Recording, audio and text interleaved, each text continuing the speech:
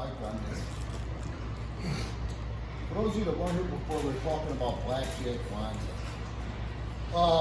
We got roots, Casey and I, to a lot of people in this industry and the history of this industry. So the Blackjacks were about the hottest heels in the United States at one point.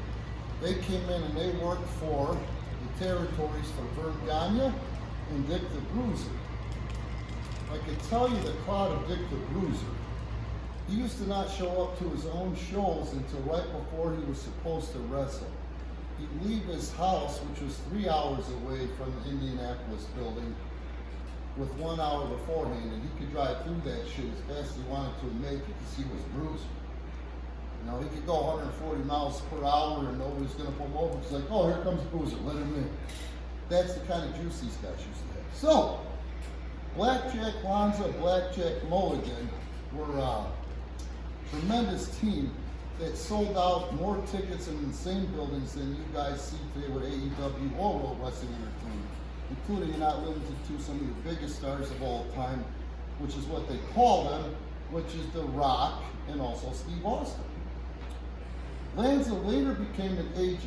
And you guys all know who Pat Patterson is? Yeah. You probably don't, kid. Pat Patterson, raise your hand and know who Pat Patterson was. You guys can't see this, but it's about 85% of the building right now. So, that being said, Pat Patterson gets a lot of credit for what you guys know today, you know, is WWE, World Wrestling Entertainment. And the biggest thing that he's known for is Survivor Series, Casey? Yeah. Yeah. The Survivor Series, they're one of their largest pay-per-views of the year, probably the second to WrestleMania, was Pat Patterson's idea. Pat was more, let's say, how do you like the word flamboyant? you guys on the internet know what I'm talking about when I say flamboyant. I'm being nice because there are some children here to see me, so I'm not going into too much detail. Lanza was an agent for World Wrestling Entertainment for just as long as Pat was. He was an agent slash, they call them today, producers. Jack was the road agent for World Wrestling Entertainment, and Jim Cornette told the story last week in his podcast where he talks about poor Jack Lanza because he was the one to go on the road, and what he'd have to do is he'd have to go back to his hotel room and give the play-by-play, what we used to call the Stooge report on what the house show was like. Which would take the poor guy hours, and then poor Howard Finkel Monday morning would have to type that stuff up single-spaced so he could hand it to Vince when Vince got into the office. So, my experience with Blackjack Lanza, who was an absolute legend, I knew who the hell he was because I grew up loving this shit. And to be great in the sport of pro wrestling, you must grow up loving this shit. I mean, loving this shit. Y'all played a lot of video gamers. Raise your hand if you're into video games. Well, as you guys can't see it, but it's over half the crowd. You ever heard of that game called WrestleMania, the arcade game? This was a huge breaking game.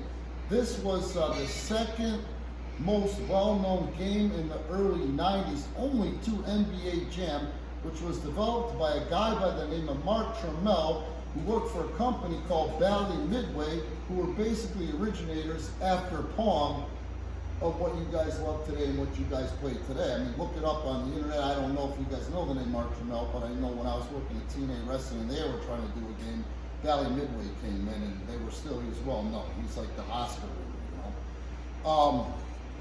And you guys are going to remember this gimmick. Remember Doink the Clown? Yeah. Doink the Clown was Matt Bourne. I was in the territory down in Memphis with Matt Bourne. I was also in Dallas, Texas with Matt Bourne. When we were in Dallas, Texas, it was right at the end of the closing of a company that was one of the first to go nationwide and syndicate on television called World Class Championship Wrestling. Raise your hand if you've heard of the Von Erichs. Of course. Thank you. Everybody's heard of the Von Erichs. So we're down there and we're a World Class Championship Wrestling. We're only wrestling twice a week, Fridays and Saturday nights, and everybody from top to bottom, there were no superstars, was getting $75 a night if you needed it or not. That's what happened when World Class Wrestling started to change. And Matt Bourne, who was lucky enough to happen upon the Doink the Clown gimmick, was one of those guys down there making $75 a week if you needed it or not. It was awful to see the death of that territory. However, Matt got lucky.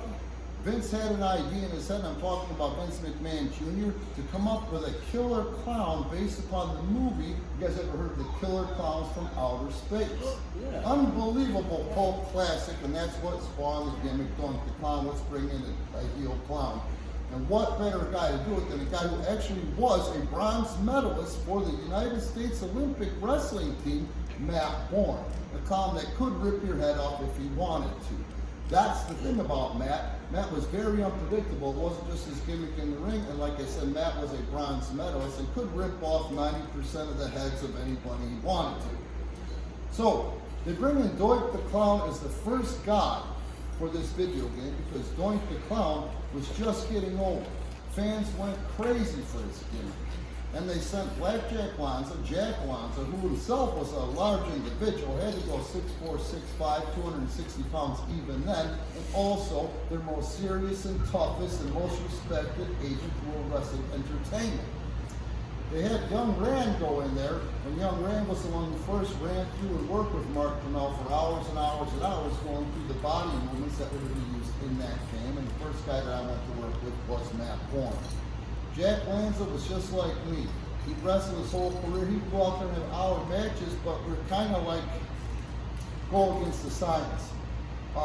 When I'm on the road, I smoke 2 packs of Marlboro Reds a day, as did Jack Lanza. But when we got to that building at night, we'd go out there and wrestle 60 minutes if we had to. I'm not suggesting you do that here. Like I said, we got lucky.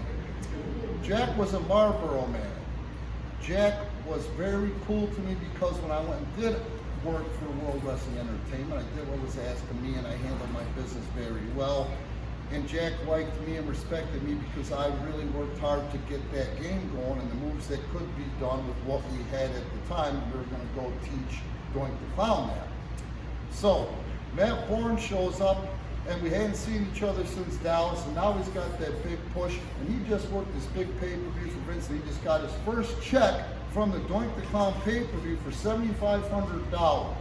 And he shows up messed up and still drunk from the night before. As we started to get going, Matt decides he's not going to start playing ball, and Matt is tired. Matt is hungover. Doesn't understand this video game crap. We're wrestlers. Well, Matt decides that he's going to take a nap. Now you got these prima donnas over here, as well they should be. They had the right to be prima donnas. They were innovators in the video game industry, Mark Trammell and his crew.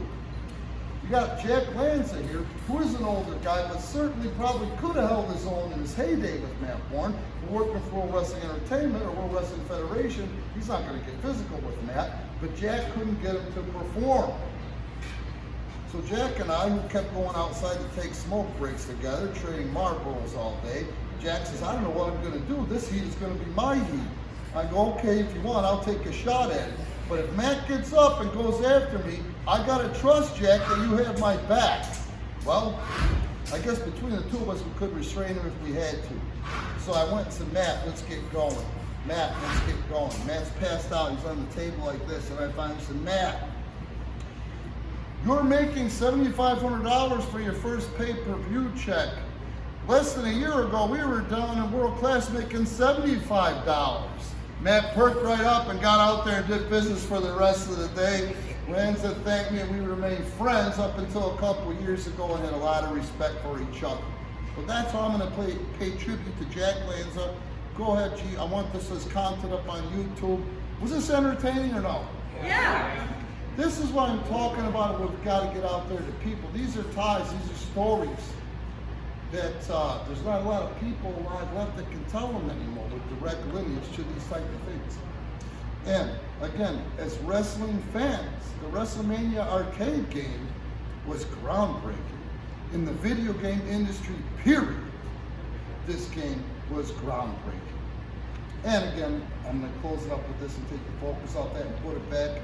Please go home, Google, YouTube search Blackjacks and Blackjack Lanza, and you'll see what I'm talking about.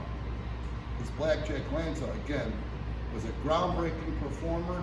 He was respected by his peers.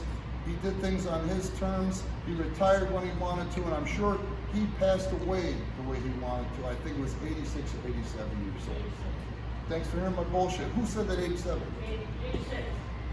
I'm so impressed that you knew that. How did you know that? Oh. All right, thanks for putting up with me.